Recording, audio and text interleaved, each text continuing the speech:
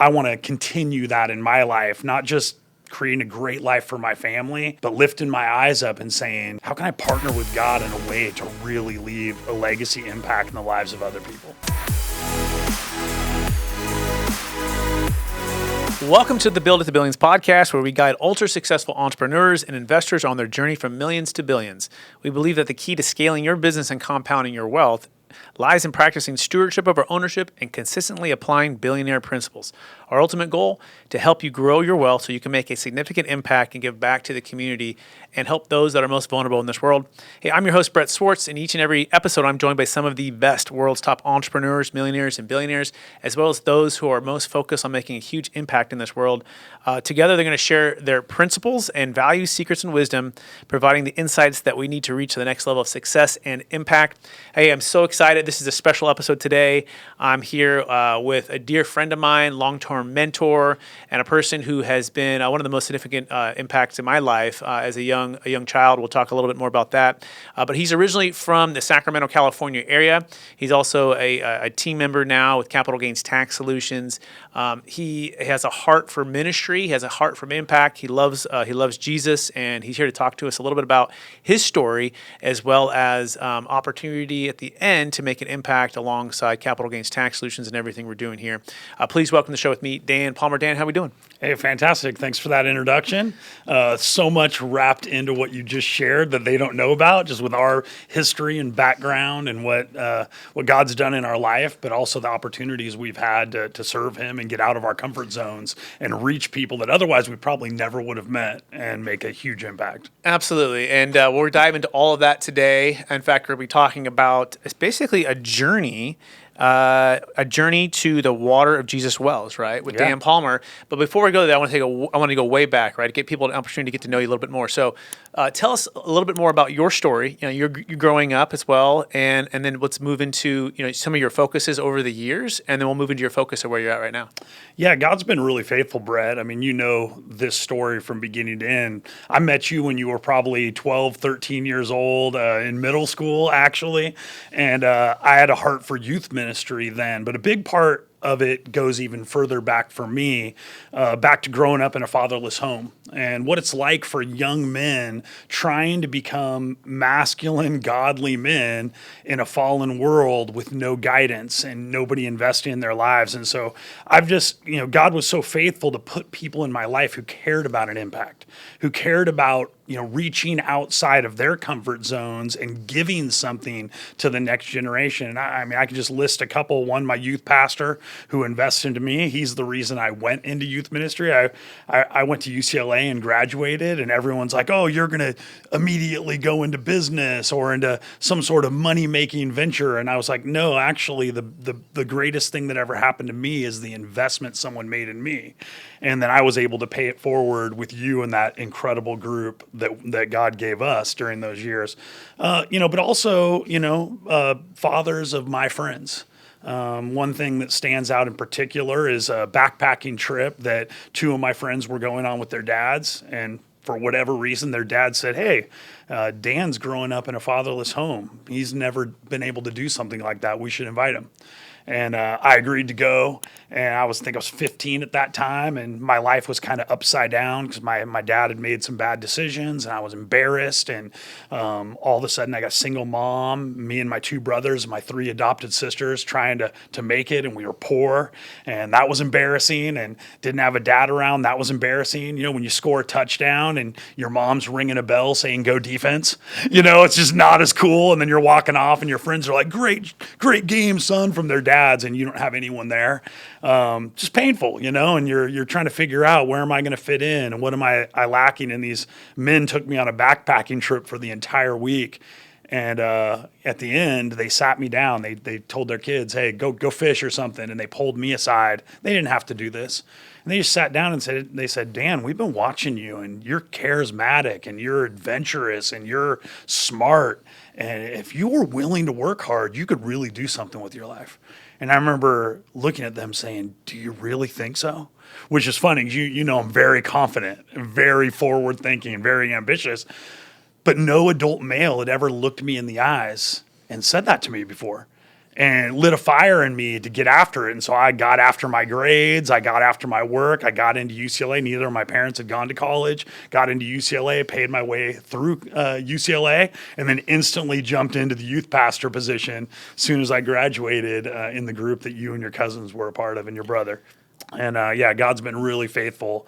And I want to continue that in my life, not just creating a great life for my family, but lifting my eyes up and saying, how can I partner with God in a way to really leave a legacy impact in the lives of other people? Absolutely amazing. And by the way, Daniel Palmer, you can find him on LinkedIn. And we're going to also talk about ways to connect with Dan as well here in the future. But a couple things I want to pull out for the audience that really stuck with me, right? So the growing up in the father's home, but yet the Lord still provided father figures and those that were in your life to specifically speak life into you and encouragement and belief, right? And it's a similar thing that I went through a little bit as well, and that you were that for me, right? And the very fact that the legacy didn't have to stop because you were in a father's home, the Lord provided, and you were also helped. My parents were divorced. I didn't have a dad around much, but he was there when he was there, he was great, but it was just tough when the divorced home. But having that was so impactful that you passed that legacy on. And so just talk about the power of belief in the spoken word of encouragement, because I believe one of the gifts you've been given is a gift of encouragement, of belief, right? And yet somebody, planted that seed at a yearly age, and now that is the gift that's, harvested so many people, so many lives over all these years. Yeah, I think, God sets you on a path, and it's your responsibility to learn the lessons. And, we would have a pathway that we would map out for ourselves, and it would always be the easiest possible path. But we would never become the people that God intended us to be if we didn't have the tension, the difficulty, the struggle that requires you to persevere and grow and really transform, become something greater than what you thought you could be. And I had a lot of people that did that in my life, but for me, I always look back and I would pray, God, make my life easier. And I remember one of my mentors said, maybe if you were stronger, God would put you in a more difficult part of the battle. And I think that's what happened with my past and my background. I realized that there was a lack, but the lack created the tension that created enough space for God to show up in my life and do something special. And out of that, I became very perceptive to other people. And, for instance, you're just a kid, in middle school, trying to figure out, is there a girl around here I like, and what sport am I going to play? And you were good at the sports, but I was spanking you back then, and you're trying to figure out. But I could look, and there were so many people in my life like you, Brett, that I saw, and maybe people wouldn't see the potential, but I saw that potential was there because I was that kid. That in the beginning, maybe people would say, "Oh, you're not going to amount to much." And, it's tough growing up in a church. And, my dad made some bad decisions, and you're growing up and you're wondering like, hey, what do people think about me? Do they want me dating their daughter? Do they want the kid from the broken home? Do they want the kid, that has some crazy stuff that's happened around? I had nothing to do with any of it, but it kind of sticks to you and you have to persevere and grow. And so for me, I think that's a gift that God gave me. And so I would just encourage anyone listening, if you're going through a difficult time now or you've been through difficult, instead of taking pity on yourself and regretting it, look for opportunities for God to take that to shape you into something stronger, more outward focused, wiser. For me, I think if I just grew up and had everything I had, I only would have thought of myself. But because people invested into me, I started turning my head on a swivel and going, hey, where are those other kids that have a ton of potential, but no one's invested into them? I youth pastored with some buddies of mine that came from really stable homes, and they would always find the really solid kids that had incredible families, and I would always kind of get the outliers. But those outliers are like the entrepreneurs that we work with now. They're the ones that look at the world a little different, that have a little more on their shoulders, that take a little bit more responsibility because there is no one else to take responsibility for them. And I was always drawn to that because I believe that God can shape that into something incredible. So beautiful. One thing that comes to mind is the verse says, God's power is made perfect in weakness, right? And although at the time when you were younger, that might have been the weakness, that you didn't have that someone speaking into you, but then God took that and he strengthened that and he forged that, and then he used that as as a weapon against those that don't necessarily have father figures or those speaking life or encouragement to be, to forge and to strengthen. And I can tell you firsthand, that's what you did for me, right? Yeah. And I want to thank you on, here that you were a huge part of my life. And looking back, the Lord put a couple people, some basketball coaches, some football, but like spiritually and all of the above, right? The fact that they had an older, role model, also had some cousins that you're also pouring into, right? So you multiplied this youth group in a way, God through you multiplied youth group. Phenomenal. One of the best, communities, connections that I think looking back, everyone would say that was such a special, 4, 5, 6 years. I'm not sure how many years. It really was, yeah. And it was dynamic. And all of the, now you've gone on to officiate probably 50 weddings from those groups, right? And I would say that of all those 50 couples, at least, they would say Dan is one of the most impactful, influential people in my life, right? So God took what was weak, turned it into strength, and then he multiplied it. Yeah. I think because you were faithful, right? Yeah. And you were uncompromising in your devotion to him. So talk about what helped you to forge that discipline to be uncompromising when the Lord wanted you to do something, you do it. Well, I was, trying to find identity and purpose apart from God because the anger I had towards my dad. And so what I realized, I was really funny and really outgoing. So I went out, through my middle school years. And I went to middle school that was 7th, 8th, 9th grade. So my freshman year was in middle school, which was awesome. Because normally you think of a freshman, but we were like running the school. We were 9th grade and our football team was there, basketball team, everything. I played all the sports. And I just remember thinking, if people liked me and if the right girls liked me and if I was good at sports, man, then I'd be happy. And I remember we had our jamboree in my 9th grade year, and I scored 9 touchdowns in the jamboree. Just when I was playing tight end, they were just launching it up, and I was just catching it and running for touchdowns. And I remember on the way there, I had never played junior football, and the head cheerleader was there, and she was like, "You're not going to be any good. You've never even played before." And I was like, "Okay." I didn't lack for confidence. I went out there and scored all these touchdowns. And then on the bus ride home, she's like, "Can I wear your jersey?" You remember those? And I just thought, man, how shallow is that? Like before the game, you're like taunting me and talking trash. And then just because I'm good at this thing, all of a sudden you think I matter and you want to connect yourself to me. And even as a 9th grader, I already saw through that and said, I don't want to pursue that. And let me tell you, Brett, 90% of the people in our world are pursuing that to this day, regardless of their age. That I got to be successful. I got to accomplish something so people will like me and respect me and admire me, and I'll get a bit of power, a bit of reputation, and then I'll be happy. And I realized early, and I just think that's an epiphany from God, that no, that isn't the way to go. That's not real. And so it was in 9th grade when I went on my first missions trip, and that's a long other story, but God got a hold of my heart. And I remember I went off, and I had been there for all the wrong reasons. I made my youth pastor put me on the team of this girl I like. I said, only way I'll go if I'm on her team. And I wanted to get a Switchblade, and I wanted to get M100. So that's like the only reason I'm there. But God got a hold of my heart, and I remember coming home saying, I'll never be the same again. If that's what God's like, if I can come with all the wrong reasons, and he'll still use me to impact the lives of other people, I'm going to walk with him for the rest of my life. And I lost, short term, a lot of my friends. This is what it's like. You come back and you're like, oh, you're not doing that with us anymore? Because I'm like, hey, the things we did before, I'm not doing that anymore. I'm different. And then you kind of get ostracized in a way. And so for a while, all of a sudden it's Friday night and I'm watching a movie with my mom. Like, this is lame. But a strange thing happens. They watch you over time and they're trying to win you back. And then they accept, wow, you did the hard thing. You had the guts to actually step out from what was convenient and easy and accepted. And then all of a sudden, when problems came into their life, who do you think they're going to for advice? Because you've already shown character. You've already shown strength. You've already shown the ability to stand alone and do what everyone knew was right, but nobody had the courage to do. And so all of a sudden, I gained all my friends back, but in a leadership position.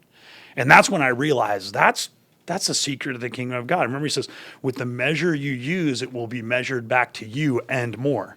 Parable of the sower. The measure you use, it'll be measured back to you and more. And when we do what's right and when we trust God, it might be hard in the beginning, whether it's character or honesty. It might be easier to tell a lie. It might be easier to cut the corner. But once people know you've lost trust, how hard is that to get back? But if you do what's right, it might be difficult in the beginning, but all of a sudden a handshake will do.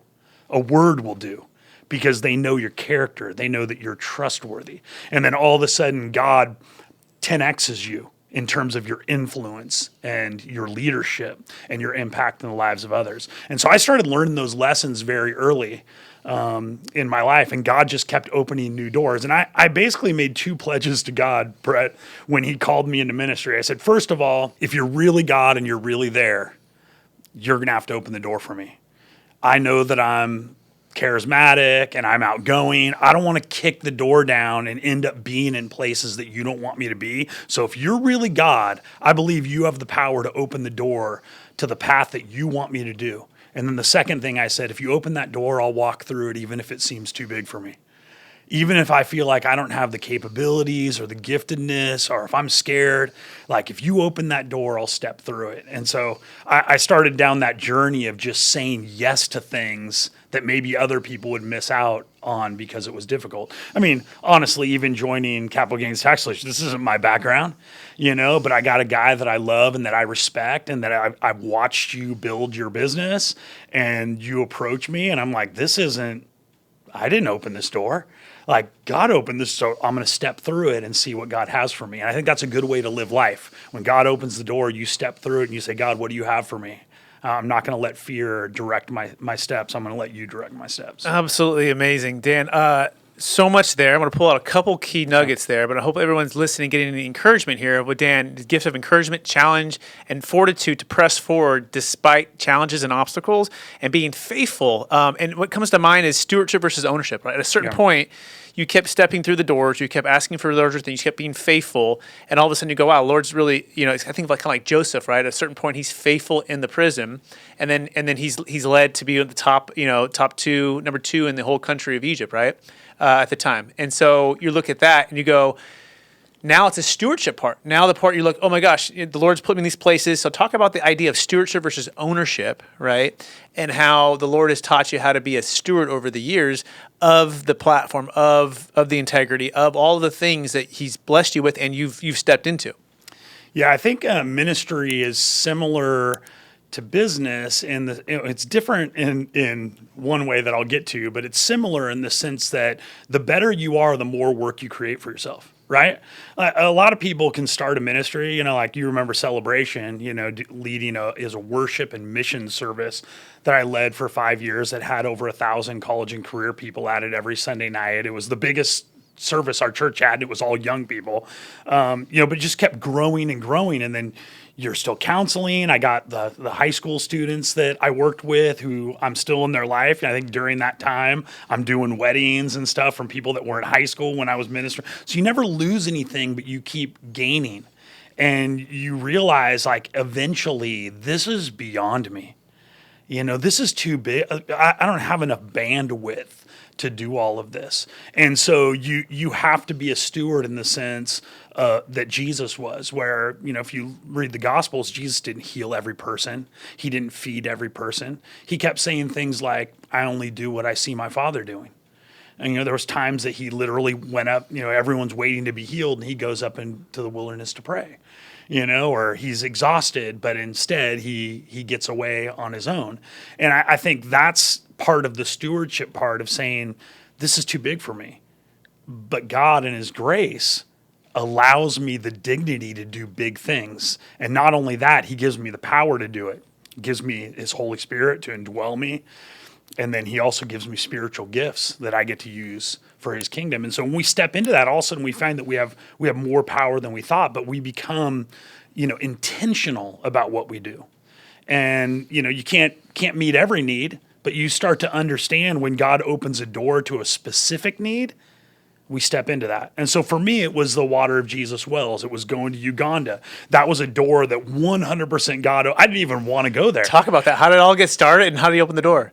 I mean, it's a long story. Part of the celebration years, we grew to 1,000 people. We'd have, 350 people in college group on And Thursday this night. is back in like Oh, this is, yeah, 1998, this is 2000, 2001. before Yeah, this I is adult pastored. Yeah. But I was working with young people and I loved it because I was just starting my family. So I had young kids and college students are available. So for me, I didn't want to CEO a ministry. I still had the heart to relationally engage with people and to actually know them and be known by them. And so, it's hard when you're doing youth ministry and the kids are in high school and then you do youth group in the evening and I had basketball league, we're going to the men's league and I got a bunch of high school students with me and we're killing people. We were doing all that stuff, hanging out on the weekends, and then all of a sudden you have kids and you're like, I can't do that, but I don't want to just sit in an office all day and then meet someone at 3 and 4 because that's when they're available. So college students are, they make their own schedules. So I would just meet with people all day long and it started really expanding and growing.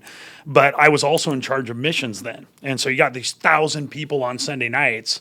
And every week we would pray for a different part of the world. And then we'd put, 9, 10 teams together, train for 3 months. And then those teams would go out all over the world and do ministry and then come back and share. It's very, very powerful thing. But, I led a group to Africa. It was the first time I'd ever been to Africa. I'd already been to Papua New Guinea. I'd been to Sao Paulo, Brazil. I'd been to, all over the place. And I got an opportunity to go to Africa. Africa has a charm to it, right? Everyone wants to go to Africa, go on a safari, see the people there. And so I went on this trip and, it wasn't really even a part of our trip, but we met this guy named Peter. Peter was from a village and he was helping us. We were working with an organization called Hard Relief, Help Africa Relief and Development. And it just so happened they were installing a well while we were there. And we weren't doing it. They were just doing it and we were there. And we went there and, I was talking with Peter. I said, hey, do you have a well in your village? And he was like, yeah, we got one about a year ago. I said, tell me about that. He said, everyone was dying. He said, in my family, we were seven kids that were born, but only my sister and I made it past the age of 3. And I'm like, is that normal? He goes, yeah, that's normal. People were dying we'd have a funeral every week. He's all, and then the well went in and people were still sick, but we stopped having funerals. People stopped dying. He's all, in 6 weeks, people were sick, but they weren't dying. 6 months, people weren't even sick anymore. He said, I looked at my sister and I said, do you think it's the water? I have no idea. I saw their water. It's probably like as big as the space between us, grayish green.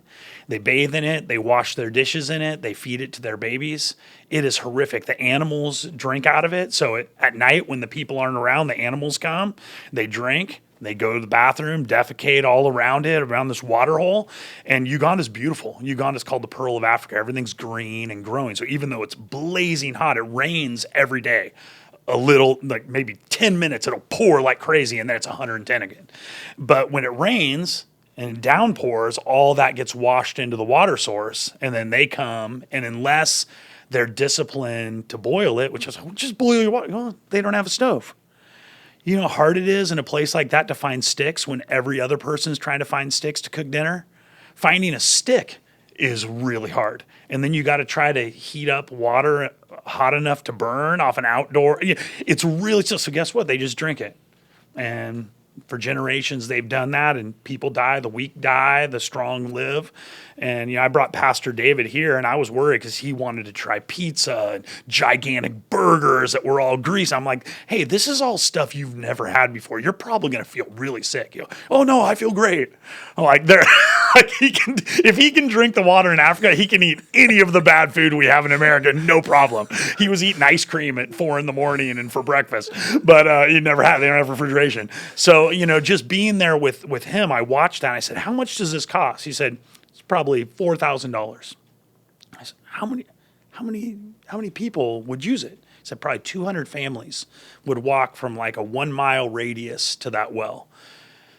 I said, 200 families, each having 7 kids, but only 2 survive. Like, how many lives are one single well saving? And I was a youth pastor then. I was making no money. But I was like, I have some friends. I bet you I could go home and raise $4,000 and save all these lives. I got home, busy, a lot of other stuff going. I didn't do it. So for 10 years, I didn't go back. But I had in my mind to do that. For 10 years, I didn't go back. And then, so fast forward, this was probably 12 years ago. I'm preaching on a Sunday morning, and I'm talking about discipleship, leadership. Said, God gives you innate passions. And anybody watching this, you could probably look in your own heart and say, what are the things that get me excited? It's different for every person. That's part of having the image of God in you. We're like satellites, and we each have a piece of who God is. And sometimes we think our piece is the only piece, but when I know you, I can look to you and say God's this big. I can only see this side of him. But with you, you're seeing this side of him. And so when I get to know you and I build a relationship with you and I see your passion, I see another piece of the heart of God. And so I was talking about this, and I was saying, God gives you this passion, and then he gives you an experience. And the experience normally lights that innate passion into a flame. So it's there. Maybe you've never seen anything to make it come to life, but all of a sudden you see something, and this thing that's been in you for a long time all of a sudden comes to life. And then out of that, God will give you an opportunity. And in the opportunity, you have two choices. You can say no. That's what I did to the wells 10 years before. And that was actually my example. I said, man, I could have been a part of something special. I could have been a part of a bunch of lives being saved. Not that I'm responsible for anyone that died, but I literally could have walked with God back to Africa, installed a couple wells, built relationships, met kids that otherwise wouldn't have survived past the age of 6 weeks or 1 year or 2 years, and watched that thrive and grow in that community, but I was too busy. So that you can do that. You can say no, or you can say yes. And so when you say no, you stay in your comfort zone. And in my life, I would say, when I say no to God, when I tell people I'm bored, I feel like God's distant. My prayer life's stagnant. When I hear people say things like that, I say, well, that's because you're saying no to God. You're in your comfort zone. You don't need him. Like, why wouldn't it be stagnant? You are the master of everything in your life. You are in control. You are comfortable in every other area. Or you say yes. And when you say yes, it drives you out of that comfort zone. And all of a sudden you're like, God, I need you. And that's when you feel that closeness. You create the space for him to show up and do something amazing in your life. And so that's what happened with that situation. I was saying, I said no, I should have said yes, and I missed out. So let me capture some of that, Dan. Like you're just saying, this is really powerful, right? So, and I love the way you broke that down. God gives us innate passions, right? Something that's a part of our heart that he stirs in us to care really deeply about. And not all of us have all of the passions of the Lord, but we each have our piece. And for that piece, the Lord gives you an opportunity to see that and make a difference, which is the next thing. He gives you some kind of experience that lights that up and kind of... Yeah, you might not know you even have that passion until the experience reveals it, because you come to life when that thing comes in. It could be a lot of different things, but it could be encouragement. It could be building someone up. It could be, like there's a big passion that I have in a lot of my friends' hearts for sex trafficking, and they work with Agape International Missions, and they're partnering with that. We've seen Tim Tebow speak, and he talks about special needs. He talks about the sex trafficking also, but you don't know that you have that when you're 12 and you've never been around someone in that situation, but you see it, and something in your heart just moves towards it. Right. Yeah, and then so the next thing is, once you experience that, then God gives us an opportunity. It's a yes or a no. Right, it's a yes or a no, and then when you say no, you're staying in that comfort zone, and I feel like something almost inside of you kind of dies a little bit, or at least it shrinks back, or it just gets stagnant, and that's part of it's why you want to say yes, right? Because then it's going to drive you out of that comfort zone. It's going to be tough. But on the other side of that, you start to see the blessing and the impact. So talk about saying yes after 10 years of basically, kind of forgetting about it, and then it comes full circle. Great question, Brett. And that's why I say it was a God thing. And when God opens a door, I try to say yes and step through it, because that's how I've decided I want to live my life. And so 10 years go by, I preached this sermon that I'm just telling you about on a Sunday. Sunday I preached that. Tuesday my phone rings.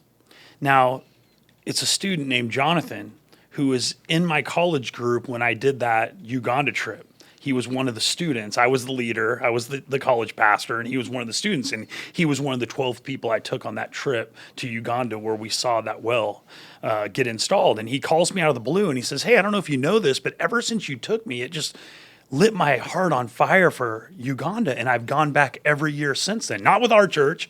He was with another church in town. I had no idea he was doing that. He was going back. He said, but now, I finished all my studies. I got my master's, and now I'm a professor at William Jessup University, where you played basketball. Mm-hmm. He's like, I'm a professor there now, so I don't want to go and do VBS and do all that. Like, I want to go and I want to teach men about authentic biblical manhood. Like, how do you take responsibility for your church? How do you become a leader? How do you lead in your family? How do you love your wife the way that Christ loved the church? How do you be present for your kids? He's like, this is what my passion is. And I'm going and I'm doing a pastor's conference, I'm doing a men's conference, and I'm doing a general conference all over 12 days. And I'm going to speak probably 25 times. And you popped into my head as someone that could teach with me. And I was like, did you just listen to my sermon from 2 days ago? Because that was what I thought. He's like, what are you talking about? No, I'm just calling you. This is about me. This is my trip that I'm going on. And I said, because I just talked about this. I talked about how God gave me an opportunity and I said no to it. And I missed out on his blessing. I missed out on something that would have brought me to life and left a legacy impact that I would remember even to the end of my life and probably beyond. He said, no, I have no idea what you're talking about. I said, okay, I'll tell you what. I'm really busy. I had 2 kids at this point, young kids. You know how crazy that is. You have more than me. But I said, talk to your contact there and see if he can do wells. If he can do wells, then I'll go. If not, I mean, I can speak here. I've been pastoring I can speak 20 times next week if I wanted to. I don't need to go to Uganda to do that. He calls the guy, calls him back. He's like, Dan, you're not going to believe this. I talked to him. The guy that does the wells in their district attends his church. He'll do it for the Uganda price as a ministry. Now, most of the time when they see white people in Uganda, I say they don't see you as a white person. They see you as a green person. They just see the dollars. They know you're bringing the dollars. But this guy, like in terms of organizations, we've done wells. Nobody else can do it for the price that we've been able to do. And that's part of his gift.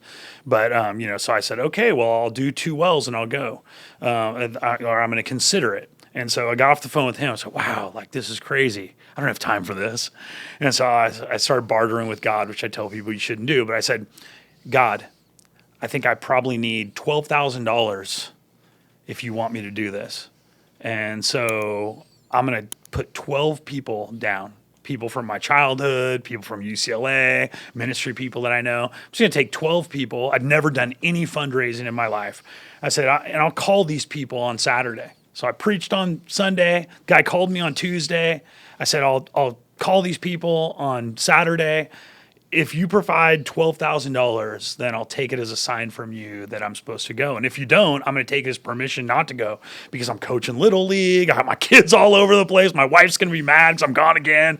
Like, it's just too much. I don't think the timing's right. It's never convenient to lead. And so Saturday comes around. I was coaching both of my kids' Little League games. In between the games, I went in my backyard and got on the phone. Called the first person. He's like, I'm in for 1,000. Called the second person. Hey, this is just a weird thing that's happened. I'm just calling people, asking. I'm in for 10,000. I'm in for 4,000. I had like $20,000 in like an hour. And like, what do you say to that? Like, I was thinking, I'm going to get $50 here, 100, and people are like, I'll do 10K. I'll do because for them, they're saying, this is so important. This is something we take for granted. They're picturing their kids. What if I had to give dirty water to my kids? I'd want to give them clean water, but what if all I had was dirty water and they could just empathize and understand? And so I had the money, then I had to go. So I went, we did those 2 wells. It was unbelievable. So I went back and I talked to my buddy who was a pastor. He said, I want to go. I want to see it. I said, let's do a couple more. We did 3 more wells and we had 5. And then there was a kid who I spoke at a lot of camps and conferences, and he was just a kid that was helping at a Catalina Island camp when I spoke. Actually, your cousin went to it with me, Nick. And we just became friends. And we stayed connected all the way through. And he became a youth pastor, partly because of the impact that I had on him. And then, he said, I want to go. I said, can you meet me in Dubai in 3 months? He said, yeah. He goes, we're going to do 4 wells. I said, I'm going to do 5 more. So we went back to 9 more wells. So all of a sudden, this thing's expanding. As it's going, we're still teaching, and we're teaching the pastors, we're teaching the men. And so we end up in this situation, Brett, where I preach and I talk about like, hey, baptism's a public proclamation of your faith. It's a chance to tell people I've been changed. Like I got changed when I was 14 years old and I went on that missions trip. And it's just letting the world know this is what God's done in my life. And Pastor David, who we're working with, he's like, how many of you have never been baptized?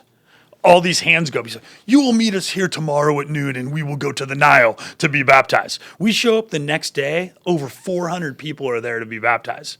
We load up in these giant trucks. We drive down there. I'm in the Nile. I just went there to do a couple wells. Now I'm in the Nile baptizing these people in the Nile as they publicly proclaim their faith. The imam of the local mosque gave his life to Christ. He said, I hated that you brought this well here. He's like, but I need water. He's also every day I just have to accept that Jesus gave me this water.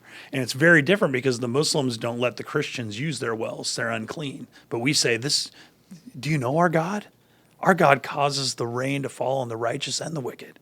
Our God loves people regardless of how they respond to him, and he gives them a chance to repent and turn to him.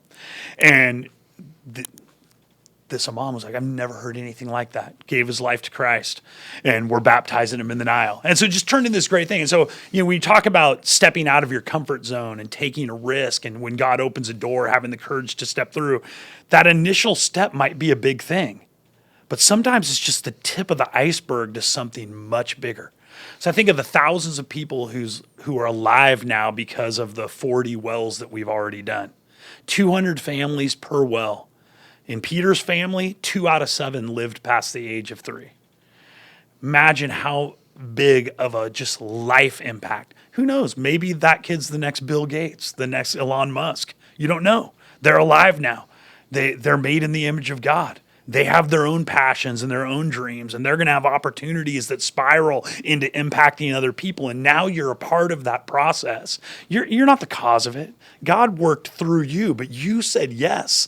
And now you become a vehicle, a receptacle for God to do something special in your life.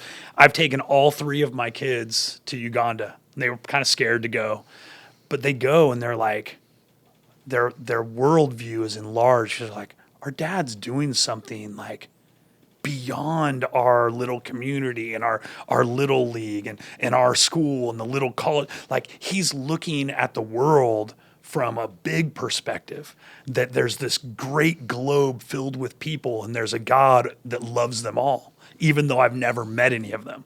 And so I think anybody listening can do something like it. It doesn't have to be water. It doesn't have to be wells.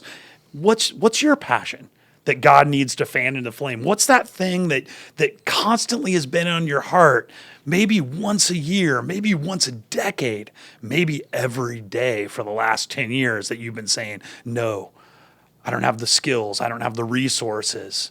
This is too much. I'm too busy. I'm too scared. That's the thing that you want to step into. You don't have to step into my thing. If you want to, we could use you, but you don't have to. You can step into your thing and watch God expand it into something incredible.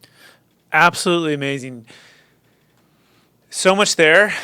And rewind that, and please rewind that and go through it and again and be thinking. And I pray if you're a believer, right? If you have faith, pray and ask the Lord to reignite the opportunity for what's been in your heart to make a difference and make an impact. I kind of want to bring it full circle now about what we're planning, right? And the Lord's planning with us. Can I just say one more thing? Yeah. Because I know not everyone watching this is a Christian, is a follower of Christ, and that's totally fine. One of the things I love about water, I like what comes out of it. I call it water of Jesus well. And what I tell the people there is, hey, I'm here. It's 2024. And I'm this dude from America that happened to be in this little village that generations of, they have family land, they're tribal. People have lived there for generations and generations. Like God ordained in this moment for me to be here. I don't know why. Maybe your grandma prayed. Maybe you were praying. Maybe it was 5 generations saying if we could just have clean water for our tribe. And I just say, today's the day of the Lord's favor. Today's the day where he answered it. And for me, that's a significant part of what I do. But if you're here and you're like, hey, that isn't important to me, that's okay. Water is important to you. When you look at your child and you think, would I give him grayish green water that's filled with the waste of cows and animal. Like, as a parent, as a person with 3 kids, and it really is an analogy to our fatherhood too, that I've tried to grab from Africa. I say, like, you can only give your kids what you have. And if you're filled with dirty water, anger and hate and unforgiveness and all those things that we can harbor in our heart, guess what you give to your kid? Just like those African parents are giving the dirty water because that's all they have. And they might be saying, son, daughter, if I had something better, I would give it to you. I mean, isn't that the cry of every parent? As a fatherless kid, oftentimes I tell my sons, I'm doing my best. I've never seen this. I don't know. I have a lack. I'm limited because of this broken part of my past. But you have to believe me, son. If I had it, I would give it to you. That's my heart. I would, if I had, I don't know how, because I'm wounded. I'm broken. I'm like sometimes those African people with the dirty water. But like, we have the ability with our kids to give them something clean and noble and good and worthy. And we follow our passions to serve other people. Our kids are watching and they're saying, whoa, this is good. This isn't greed and selfishness and anger and, like competitive, putting other people down. This is like what makes someone who's successful great. They hold the gain with an open hand and say, now I'm resourced to make an impact. When you're poor, you can't make an impact. You barely can provide for the people around you. But when God blesses you with success and wealth, all of a sudden now you're resourced to make that impact. And I would just encourage, even if you're not a follower of God and you have that resource, it's the same thing. You can make an impact in a certain way in this world, feeding, clothing, taking kids like I did and say, hey, where are the kids that people think are going to fail because they have a background that's unsavory, that has no fault of theirs whatsoever? I'm not responsible for what my dad did. I didn't ask for that. I was born into that. But I'm the master. God gives me the dignity in my life to choose my own path. And so I would just encourage you, if you're watching this saying, hey, I don't know if this relates to me because it's really spiritual. I'm a pastor. That's what I do. But let me tell you, secular people need water. They need food. They need clothing. They need medicine. There's a lot of ways that you can do good. And I would just tell you, even apart from my faith, doing good is like giving clean water to your kids. Amen. So here's where I want to go with this now. So now you've established the passion, you've established the purpose, you've established the actual execution of these wells, right? You've got it down, and you've got maybe get a little more tactical here now too. So you've taken it from from 2 to 4 to over, I think, over 40 now, and now talk about the vision moving forward.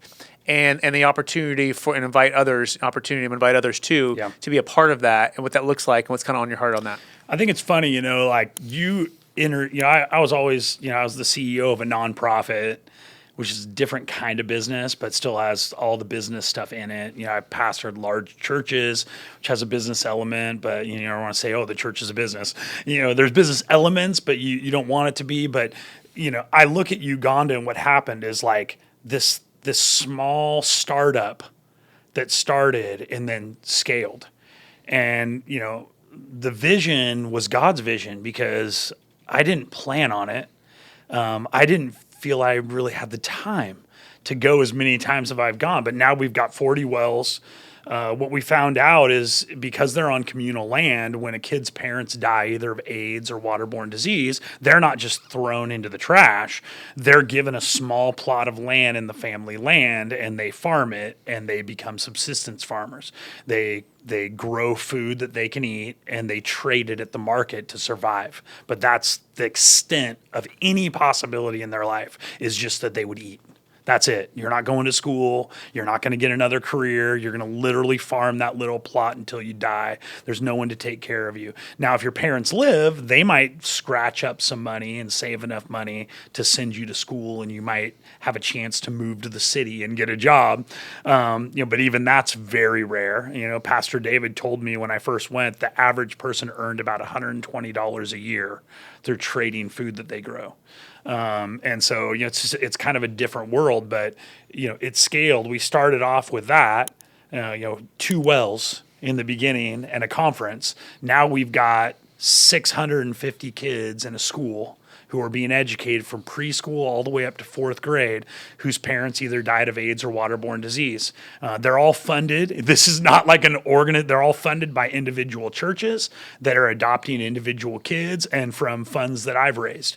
And we've done all the wells. We started doing hygiene things. And so, maybe you're a woman watching this, you can imagine hygiene issues for people living in a place like that. And so we send women's teams over, and they talk about cleanliness and periods and all that, like that they have no idea educationally what to do, and bring the supplies, and we help them. This is how you take care of your baby. So we're bringing a lot of other things to help them. So we have the education. We built a church that now has grown to like over 1,000 people, and it's insane. They lift their plastic chairs over their head and wave them around. They're crazy. I get mad when we come and visit, and then they're closing their eyes and raising their hands like white Americans. I'm like, no, lift the chair up and wave it around and dance and go. I love that. I can't move, but I love what you're doing. Don't copy us. We need to copy you.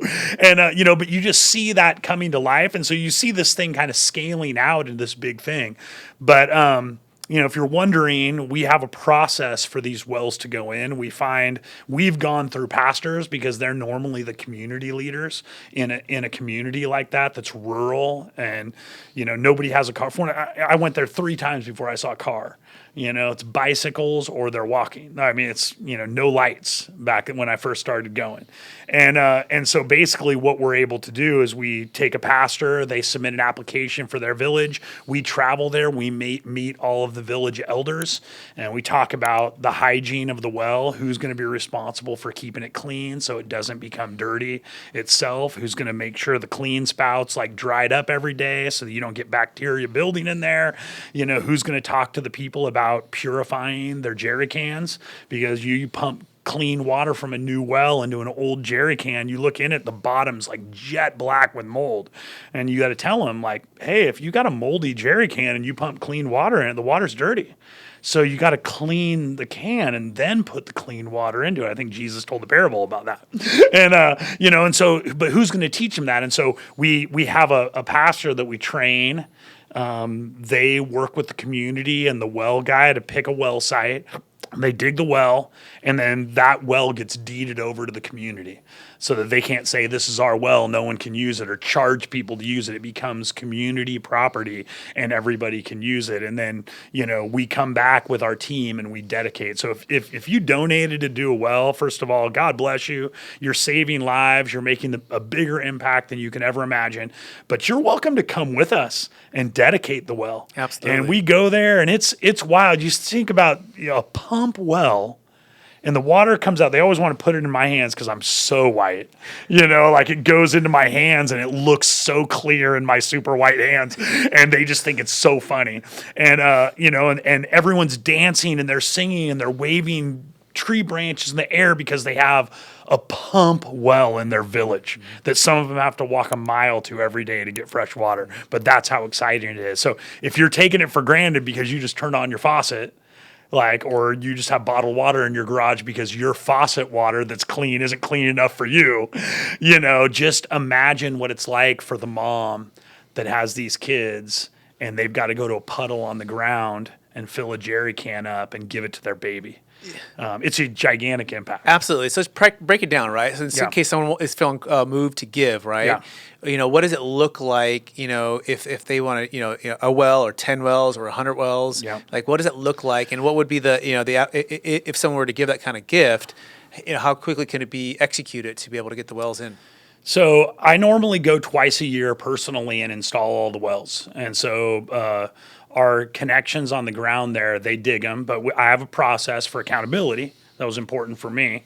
We pick the sites out before we determine the well's going to go on. We take a picture with a landmark in the background with nothing there, and then Pastor David takes pictures as it's being dug so that that's the exact spot that well's going in. And then we go back and we dedicate the well. So it just for the sake of numbers, if you wanted to do a well, it's probably about $4,000. $4,000 would do an entire well in a village that would serve about 200 families. If you're like, hey, I can only do 1,000, well, that's a quarter well, and you get 4 people together. You don't have to get people together. We'll get people together, and we'll do that well. This has always been something for me. This isn't a business that I do. This isn't, it's just a passion of my heart that God fanned into a flame, and then he gave me an opportunity. I said yes, like I shared before. And so I always tell God, if you provide, I'll go. And so I'm normally shocked. I would go places and someone would shake my hand and I pull my hand away and there's a check in it for $4,000 for a well. I didn't even ask for it. And so when I say this is God's thing, that's really how it's been. And oftentimes I'm telling my wife, I don't know if I can go back. I got malaria last time I went. I've had to take some anti-parasite stuff, so it's been hard as I'm in my 50s now.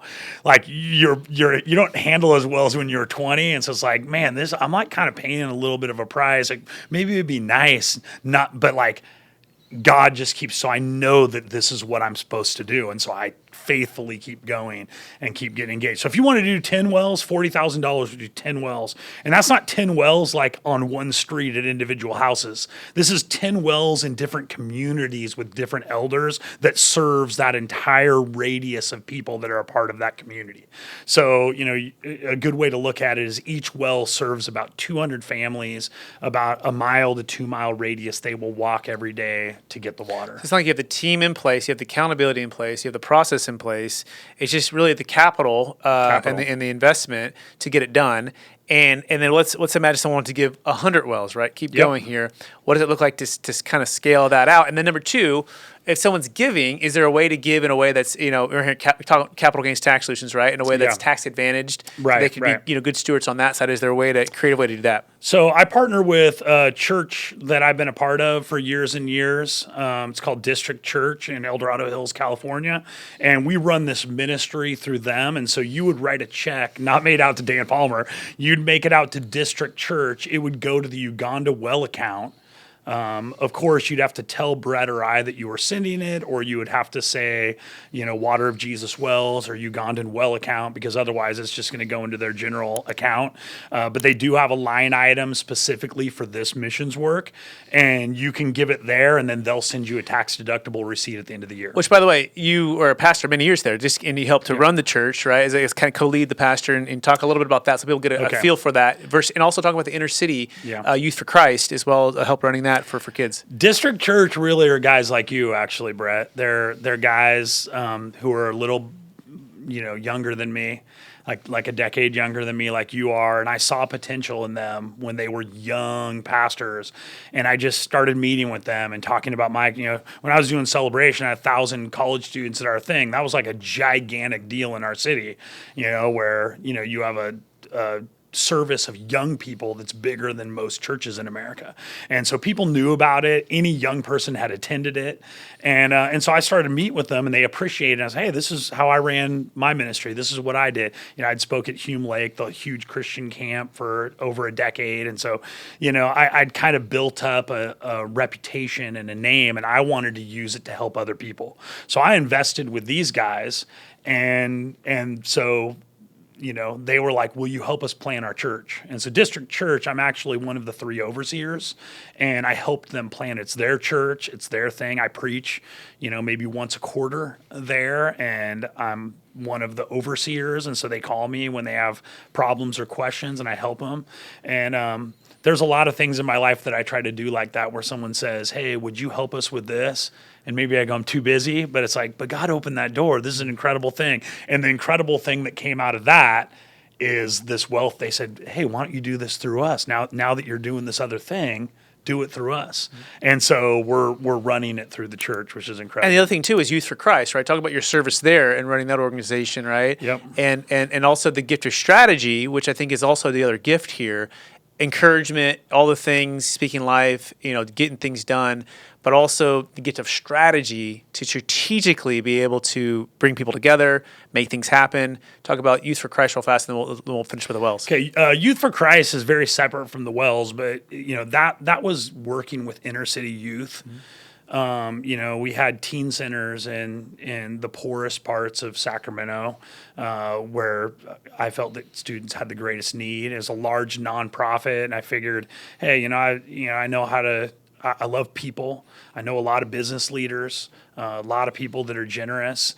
And so they helped fund us to take kids to camp. A lot of it was like feeding kids in America, which sounds so weird, but kids that don't have a safe place to go. We had a lot of kids that would live in, they live in motels, a week at a time, a month at a time, and it might be a single mom and 7 kids, and then, different guys passing through. And so home's not safe. Home's not a safe place for the kids. And so they go to school and they come to the teen center, and we would feed them, give them a place to do their homework, invest in their lives, provide a lot of fun too. And then we'd drive them home at like 8 or 9, and they'd just go home and go to sleep and go back to school, kept them out of the house. And so that was just something that I really wanted to do outside the walls of the church, that was just geared towards reaching into the lives of kids that I felt were a lot like me growing up. And I could see the potential in them and building their lives. In terms of, the strategy of the Wells, obviously strategy is a huge, important part of anything that you do, but an important strategy for me is that I developed the Ugandan leaders to lead this ministry in their country. And so Pastor David Balbaikubo, when I met him, he was in his mid-20s. And he was always embarrassed because they're very much an age culture where respect comes with age. America's kind of lost that piece, but for there it's really important. As a young guy, he just didn't have a lot of authority, and yet God kept using him. And I always call him an American Ugandan, because if you've been to third world countries, everything's a lot slower. But Pastor David's not slow. You go, hey, people need to be baptized. We'll be here tomorrow with 10 trucks and everyone and he just does it and gets after it. I loved that about him. He said, oh, we're going to do a sports day. He got the Ugandan Cranes, the national soccer team, to come to play against the regional teams. We had over 2,500 Ugandans come out to watch the game, and then we were able to, share our testimonies and declare the gospel to them. It was really awesome. But he's that kind of a leader, and so the Well guys from his church, so we let them run it. He's become a government official because of these wells. If you can imagine, people are like, 40 wells in this region? What's going on over there? And there's this young Ugandan guy that's managing 40 pastors who a well's been installed for their community. And, they're being ministered to from this one guy. And all of a sudden there's a, 1,000-person Ugandan church that before was 4 sticks in the ground with a tarp. And so he's just and I want to continue doing that. And so if you're a business leader and you're good at training or teaching, what I tell a lot of my business, they're like, hey, I don't want to go and, I don't want to do VBS. I don't want to do a building project. What do I have to offer? I'm like, come talk to them about business. Come talk to a guy with no education that's running 1,000-person church that's put 40 wells in now, that's a government official. Teach him how to make sustainable income for his community. These churches are still investing in the church. It puts him in a tough spot. If you could just imagine being him, and all of a sudden you have this vision and you build a school, in the first year there's 40 kids in it, and then all of a sudden there's 100, and now we're 9 years down the road, there's 650 kids, and you've got these American churches that are funding these kids. And if they decide, hey, we have a different priority this year, we want to do this other thing, what do? He has no way to get that kind of money on his own, but he could. Someone from America could come and say, hey, let's work out a way to get cell towers here. Let's figure out how to do solar in this area. Let's figure out, we'll help you get a government contract to help this rural. There's a lot of ways that people can come in, even if it's chicken farm, milk production, just something that he can mobilize all of these people that are now under his leadership. they're willing to work. They're the hardest workers ever. This school is unbelievable the way they work, and they're basically doing it as a ministry. And so I bring people out and I say, hey, share your wisdom, share your knowledge. You get outside of your box of all the resource we have in America and think, man, if I was in a rural place that literally had nothing, if you imagine going back in time 200 years in America and going, what kind of business would I make work? That's a huge help to them to continue to build on what they've already done there. And so strategically, I think that's a big part. Awesome. I love it. Running out of time here, so we kind of just wrap it up. So if anyone's listening right now and you want to be a part of this and you want to give, if you're any of my deferred sales trust clients and you want to find out a way to creatively give as well, I want you to reach out to me, email me, call me, and then you can also reach out to Dan as well. It's Brett at capitalgainstaxsolutions.com or Dan at capitalgainstaxsolutions.com. And that being said, Dan, you ready for the lightning round? Because we're out of time. I'm ready. All right. So knowing what you know now, if you could go take one golden nugget, you tell yourself at 20 years old, what's the one thing you tell yourself to do? Never be too afraid to follow where God leads. Excellent. Question number 2, what's the number one book you've recommended or gifted the most in the past year? Disciplines of a Godly Man by R. Kent Hughes. Mostly because I grew up in a fatherless home. And if you were blessed to grow up with a father in your house, you might not have even noticed that he was investing wisdom into you during the year, when you're out throwing a ball around, when you're telling him about your first date.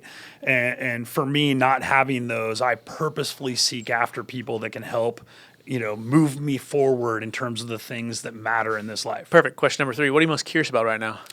Most curious about how to navigate the empty nester stage. I got 2 kids in college and one's 15. How do I impact their lives now that I have boys and they're moving outside of the house? I want to be great at that. Excellent. And then the last question, after all your success happened, all the people you've helped, what's the best way that you stay centered in your values, stay faithful, and stay encouraged to charge forward to reach even higher heights? I always remind myself you can't live off yesterday's manna. That's an Old Testament story where Israel had to trust God to give them new food every day. And if they stored it, it would rot overnight. And I would say, whatever I've done in my past, I can't live off that. I need to create new experiences, new impacts today. I can't live off yesterday's manna. I'd have to have new manna for tomorrow. And Dan, I just want to thank you for being on the show, sharing your heart, being faithful to the Lord, doing all of the good work you've done, and growing so much and helping so many other people to grow and make an impact. I want to encourage you to keep doing that, keep pouring in, keep pushing forward, and keep doing the things that you're doing to really help more people, especially people in Uganda with the Water of Jesus Wells. Also want to thank all of our listeners for listening to another episode of the Build It to Billions podcast. We're also streaming on Capital Gains Tax Solutions podcast as well, just in case you're curious. And we believe a lot of folks want to make a big difference and make a big impact. And here at Capital Gains Tax Solutions as well, we exist to unlock capital gains to multiply freedom and impact. And this is just one way that you could be a part of that with us and part of our heart and our value here at Capital Gains Tax Solutions. So I encourage you to share this with somebody, reach out to somebody, and consider being with us. Okay, appreciate everyone watching, and we'll talk to everyone again real soon. Bye now.